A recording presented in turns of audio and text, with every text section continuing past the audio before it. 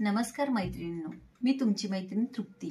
आपल्या संस्कृतीत रांगोळीला खूप महत्त्व आहे।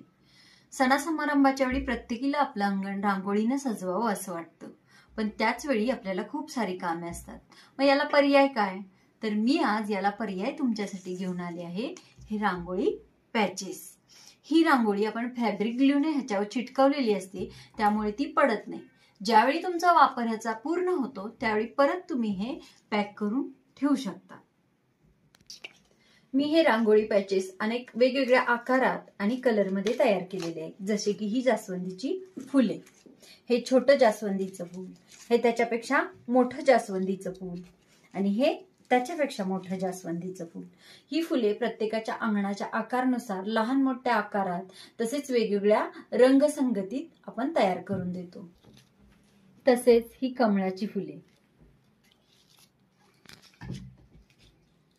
त्याच प्रकारे मी वेगवेगळ्या सणानुसार ही काही रंगोळी पॅचेस तयार केले।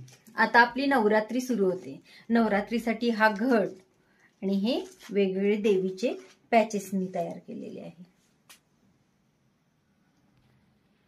आता येणाऱ्या दिवाळीसाठी आपण आपलं अंगण दिव्यांनी सजवतो, त्याचप्रमाणे आपण आपल्या अंगणात ही रांगोळीने दिवे साकारतो। तर हे दिवे मी अशा प्रकारे तयार केलेले आहेत। दिवेच नाही तर दिव्यासोबत दिवे घेऊन उभे राहिलेल्या महिलाही मी काढलेल्या आहेत।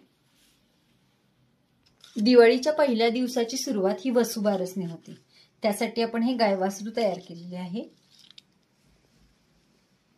लक्ष्मी पूजन दिवशी आपण घट मांडतो।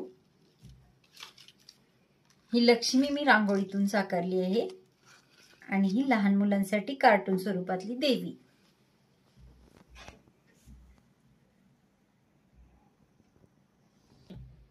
लक्ष्मी पूजनाच्या वेळी आपण गजलक्ष्मीचीही पूजा करतो, त्यामुळे ह्या गजलक्ष्मी ह्या आपण अशा प्रकारेही मांडू शकतो, जसे की ही लक्ष्मी मध्ये आणि ह्या तिच्या बाजूला दोन गजलक्ष्मी।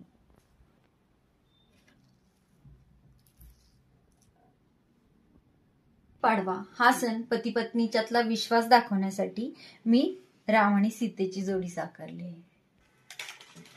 त्याचप्रमाणे ही मी वेगवेगळ्या स्वरूपाचे रांगोळी पॅचेस बनवलेले आहेत।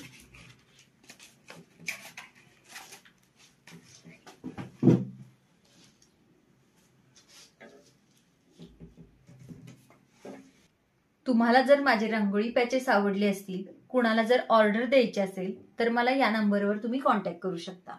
माझा व्हॉट्सअप नंबर आहे 94 057 46 530 आणि सर्वांना दसरा दिवाळीच्या हार्दिक शुभेच्छा। धन्यवाद।